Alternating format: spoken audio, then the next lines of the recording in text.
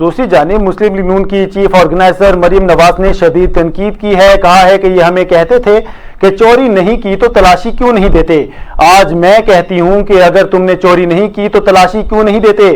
Shekau پورہ میں جلسے سے خطاب کرتے ہوئے مریم نواز نے کہا جو مشکلات سے ڈر جائے اس کو لیڈر نہیں کہتے، جو چور اور ڈاکو ہی گرفتاری کے ڈر سے چھپتے ہیں۔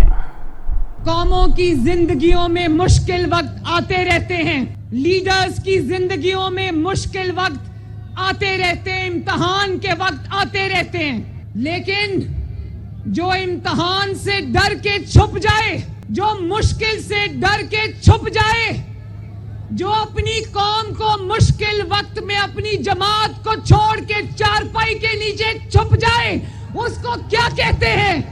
جو امتحان میں فیل ہو جائے اس کو کیا کہتے ہیں؟ کیا اس کو لیڈر کہتے ہیں؟ اس کو لیڈر نہیں کہتے ہیں، اس کو عمران خان کہتے ہیں، اس کو گیدڑ کہتے ہیں۔ کیا کہتے ہیں؟ شیخو پورہ والوں، ننکانہ والوں، قصور والوں، مجھے ہاتھ اٹھا کر گواہی دو، جتنا کڑا وقت نواز شریف پر آیا، بار بار آیا، جتنا بڑا امتحان پچھلے 5 سالوں میں نواز شریف پر آیا، کیا نواز شریف ایک دن بھی گھبرا کر چھپ گیا؟ بھئی کیا بہادر لیڈر ہے ہمارا ماشاءاللہ، کیا شجاعت والا لیڈر ہے، کیا شیر ہے ماشاءاللہ، کیا شیر دل لیڈر ہے۔